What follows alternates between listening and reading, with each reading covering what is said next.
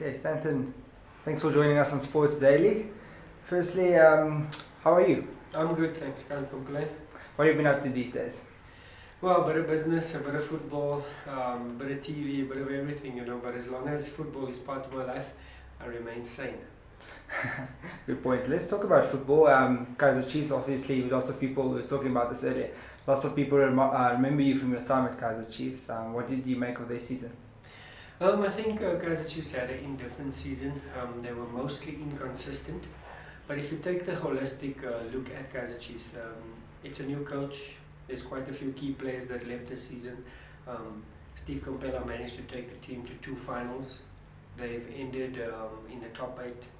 So overall, it's not such a bad season. I think this is a season where the coach would look at different combinations, see the type of players that he has, and he'll now have a clearer look on what he needs to strengthen the team.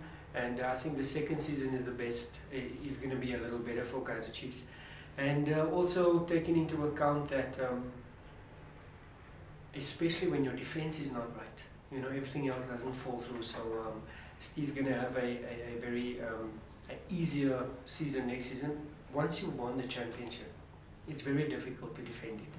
So Kaizer Chiefs came from being champions, and the second season is always a difficult one. So next season will be less pressure in terms of defending the title, but also I think the fans are going to be expecting some silverware.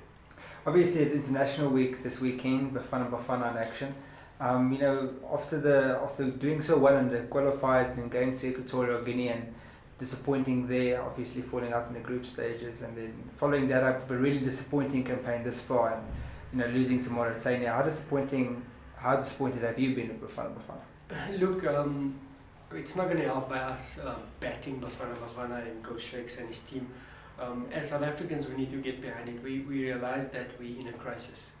We've reached rock bottom. From first in the African Nations Cup to second to third to fourth to group stages to not qualify. I don't think we can go any lower. So it is for us as ex-professionals, as media, as South African citizens, as football-loving people, to get behind the team, encourage the team. So yes, it's been very, very disappointing to lose to Mauritania, but we need to just take the good out of the situation. Let's look forward to the World Cup qualifiers. Hopefully, well, that's a big one. It's kind of like putting the horse before the cart if we don't qualify for the Nations Cup, but we're trying to qualify for the World Cup. But it's not impossible. It's football. Anything can happen. As long as we continue to build, there's a good base of youngsters. I think if more players can be playing abroad, that's just going to strengthen our national team. And let's just stay positive. Yes, it was disappointing, but let's stay positive. We've got some quality in the team, and hopefully that they can just make forward strides. You think that was the biggest problem, or is the biggest problem at the moment, that we don't have enough players playing abroad? Obviously, during your era, McCarthy, Fortune, they were playing for big clubs. Yourself also playing abroad. It's no secret that African countries are stronger when most of the squad is based in Europe, because you like it or not, the infrastructure is there, the level is much higher, the level of professionalism from the player is more demanding. So when he comes back to his national team, it's normal for him to take this thing more serious, And the difference between playing in South Africa or playing locally in any country and playing abroad, there's a mind shift where players understand that this is my job. I need to do this 24 hours.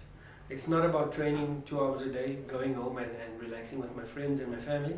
It's about training, getting there early, putting the work after, sleeping at the right time, eating the right time, being a 24-hour professional. And this is what happens when you go to Europe. And you come back, your game is at a higher level.